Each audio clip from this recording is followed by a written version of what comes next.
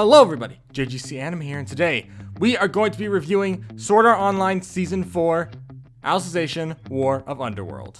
Now, what's interesting actually about this is I did originally a long time ago make a review on this season. However, it was extremely biased towards certain things I felt about the season's second half and not really going over the whole season as a whole. So today we're completely redoing it, but this time we're going to be basically going over it as a full season rather than comparing one half to the other, because I don't really know if I could really compare it since the two halves feel both the same and drastically different at the same time. But whatever, let's just talk about this. So without further ado, let's just hop right into this. So, what is the story summary of Season 4? Basically, after the events of Season 3 of Sword Art Online Alicization, Kirito, after being hit by some strange light, has become basically completely like in a comatose state. I don't know if that's the right word, but basically he's unable to really fight and he doesn't really do much. He's kind of just stuck on the sidelines. And now we're focusing on another character called Alice as she attempts to work with several other knights that she's connected with to face an ongoing enemy that has now appeared after the death of basically the admin, or you could call her a hacker, also known as another name that I can't really remember right now, so I'm just going to call her Administrator. And after that, all that, they're now facing a new threat, which focuses on Alice and everyone in the Underworld now having to go against that threat, while Kirito, after Yujio's death, has now just kind of been in like a comatose state and is unable to do anything. And that's kind of like the story summary. So now let's just talk about what I like and dislike. So it's a very interesting thing, because the first half of this season I actually didn't hate that much. Although I do have to say that I didn't like it as much as the first half of Season 3. I thought it was okay. I thought it did a really good job where even though Kirito was no longer a main focus, it still kept me invested in these characters and this world, and I wanted to see how things would turn out. It all still felt very interesting, and I still wanted to see where it was going. It wasn't until the second half that things started to go downhill really fast, but I can't say much about it because that would be spoiling it, and that's in the spoiler section of this video. But overall, the story was pretty solid in the first half. I enjoyed it plenty, but the second half really ticked me off in a lot of different ways. But again, that's something we can talk about later. The characters in this are actually really good. I find Alice is actually a pretty strong character as the protagonist. Since Kirito is comatose, we have to focus on Alice now, and she's actually a pretty interesting main character. And overall, for a season that was entirely focused on a war, it did feel like a war. I didn't find anything other than the completely crappy ending. Other than the crappy ending, I actually really liked most of this war. It was a very entertaining war, and honestly, it was very fun to watch. And a lot of other characters were introduced as well that I really liked, such as this green-haired guy who, honestly, because I watched the dub, was completely just dumbfounded because it clearly was a woman voicing it, and I don't get why they have women voicing male characters at this point in time, because honestly, they sound terrible for the most part. But that's for another video. Seriously, I have written a script for that type of video, stupidly enough, but that might come in the future sometime. I don't know if it will or not. All I know is I've already written it, and honestly, those problems didn't bother me too much. I still enjoyed this season fairly well, but in comparison to the last season, I can't say I enjoyed it as much. For some spoiler-free thoughts, I, again, didn't really care for it that much. I thought the first half was still really solid, it was really good, and I enjoyed it plenty. It wasn't until the second half where things started to go completely downhill, and I really started to grow frustrated at it. But I guess that's all I can really say without spoiling, so here is a timestamp to when the spoiler section reaches its conclusion, and we'll go on to the final rating. If you have seen Sword Art Online Season 4, I'd recommend sticking around since, you know, I always like hearing people in the comments talk about anime I've watched, so I can discuss it with them. And that's all I really have to say. So anyway, without further ado, let's count down from 5. 5, 4, 3, 2, 1. Okay. So, some things that really got on my gears, like they grinded on my gears, was how much nostalgia came into a factor later on. Early on, it still felt like we were getting introduced to a bunch of new stuff. We were literally seeing a bunch of new characters and several other characters that never got any screen time during the main series, where I was really invested in how things were going with them because it was just super good and I enjoyed the heck out of it. We were even getting some new villain characters who I thought were going to play some major role, but then it turns out they were completely abandoned after that.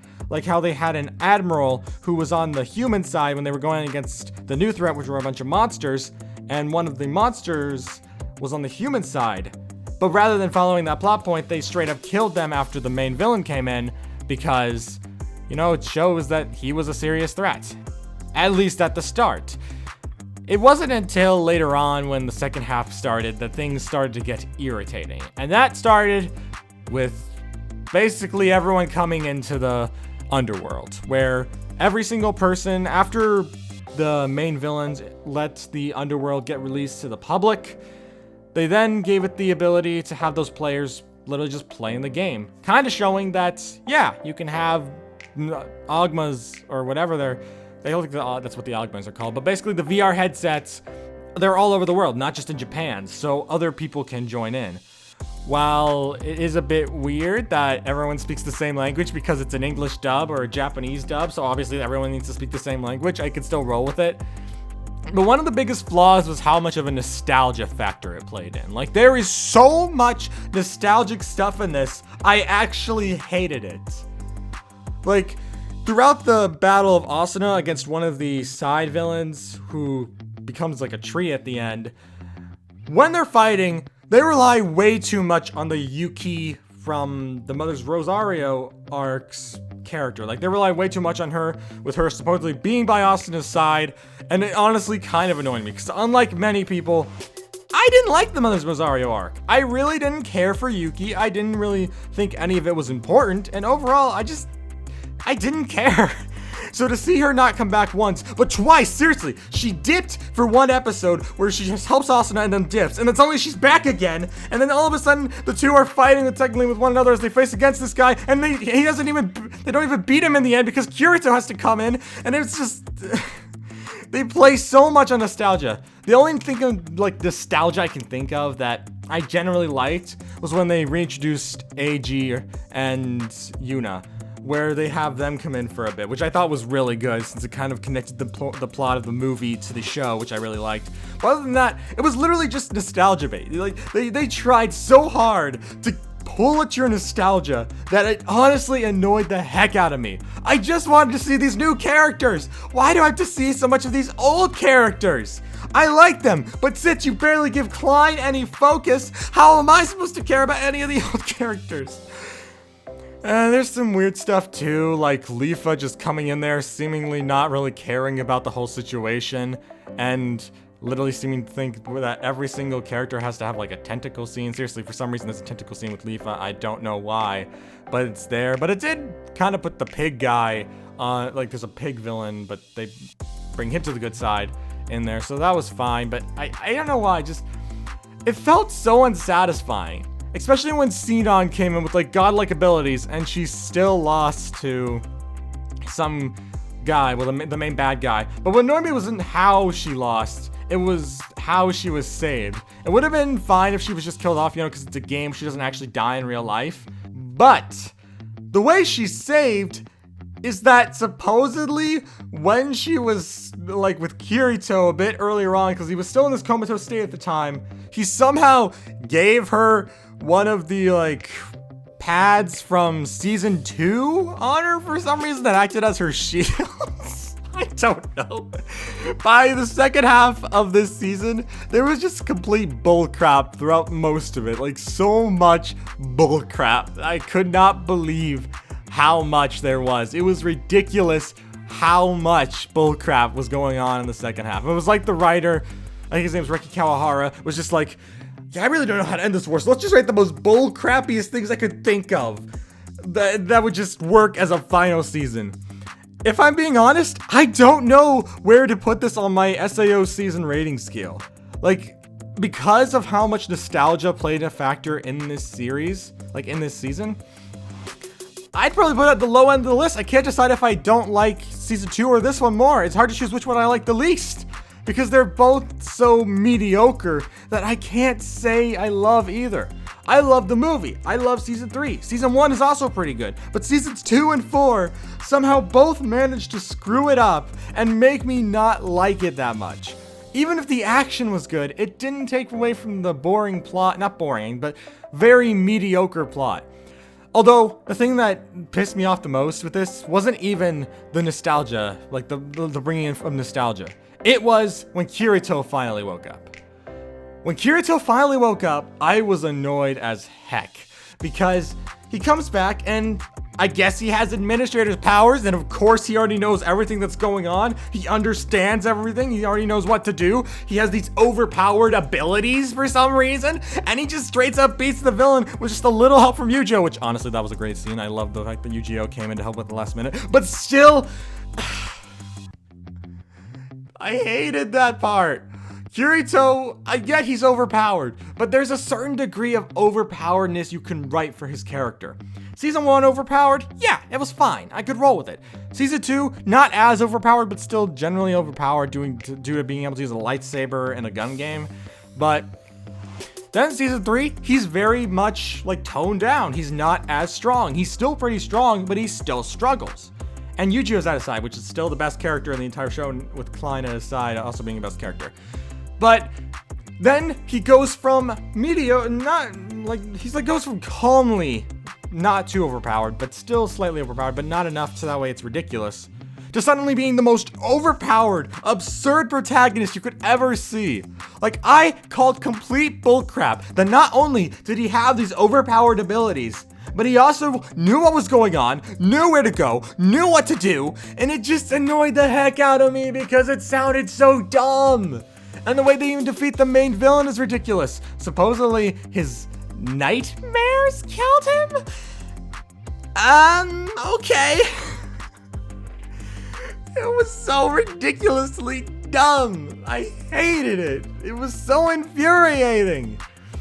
All in all, again, I'm letting the second half take over for this because the second half was where everything went downhill. The first half was just incredibly mediocre. It felt like the arc in Sword Art Online, the one with the Excalibur, that was like 2 or 3 episodes. It was fine. It was enjoyable. And that's what I was able to accept. But then the second half, which looked like it was going to be so promising, it looked like it was going to have so much interesting stuff, was incredibly disappointing because it just fully focused on using nostalgia to bring people in, and I hated it. All in all, I really didn't like this season. It was an incredibly disappointing ending, and it seems like maybe they're hinting at a season 5 set in like a futuristic time in the Underworld where Kirito, she leaves the Underworld to go live in the human world as like a robot, like a living AI, where Kirito, which apparently Alice is part of Kirito's harem now. I didn't care. Since Asuna was already picked from the beginning, even if I didn't like her character that much, I accepted her as the heroine, and at this point, why even try to add more girls into Kirito's harem? It doesn't have a point anymore. He already has a girl, why does he need a bigger one?